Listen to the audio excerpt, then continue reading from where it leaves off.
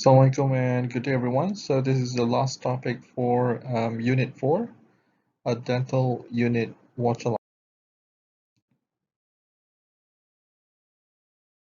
Okay, for specific learning outcomes, we're looking at to discuss the microorganisms in the dental unit waterlines, or the short name for that is DUWL. Describe methods to use to reduce bacterial contamination in DUWL, and to perform daily methods for DUWL cleaning procedure.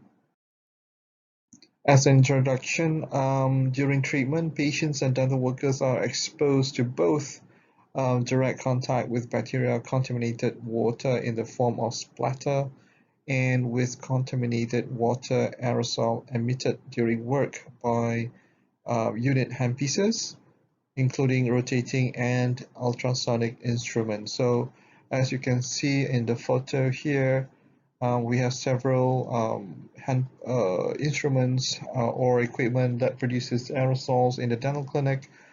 This is the scaler unit, so it produces a lot of aerosols. The handpieces, both high speed and slow speed or contra angle handpieces, can actually produce a lot of aerosol too. And splatter by this water syringe.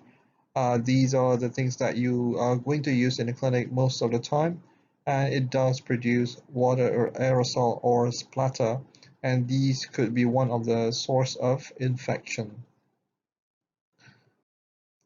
A high level of microbial contamination, presence of opportunistic microorganisms and bacterial endotoxin, which associated with gram-negative bacteria are the most important health risk factor transmitted by water from dental units. So any water comes through this equipment are at high risk. Okay, so we need to do some prevention methods in order for us to have a low or acceptable bacterial count in the water lines. Okay.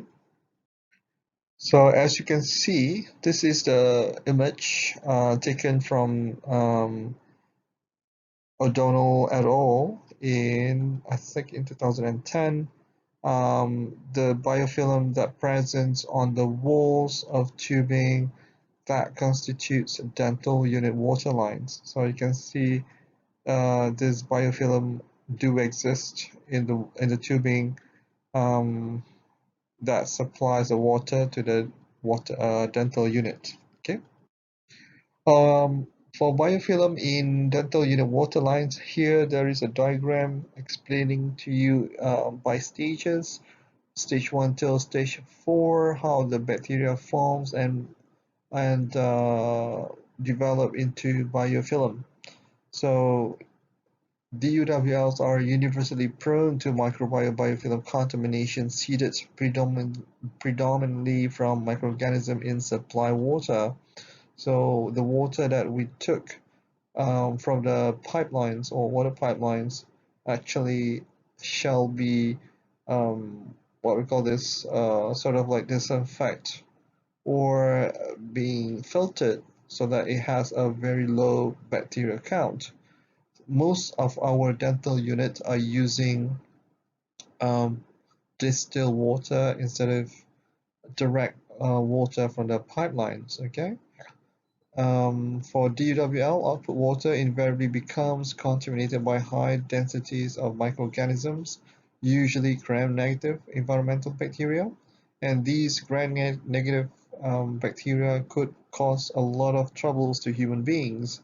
Okay, and they are human-derived pathogens as well. Sometimes it contains Staph aureus, so you have to be alert as to this issue so that you know what to do in your dental clinic.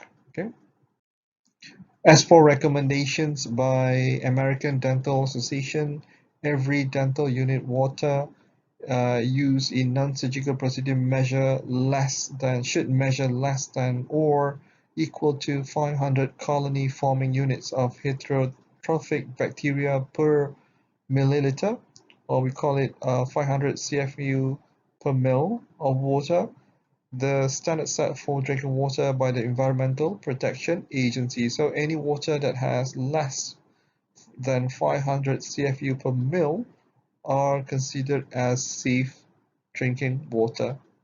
As for Malaysia's situation, guidelines provided the Ministry of Health, they suggest that we flush our lines with water with appropriate detergent or cleaning agents for a minimum of 2 minutes each morning, and the handpieces should be also flushed 20 to 30 seconds between each patient.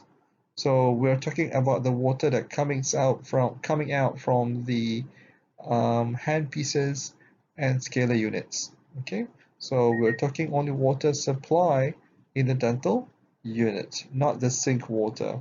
All right.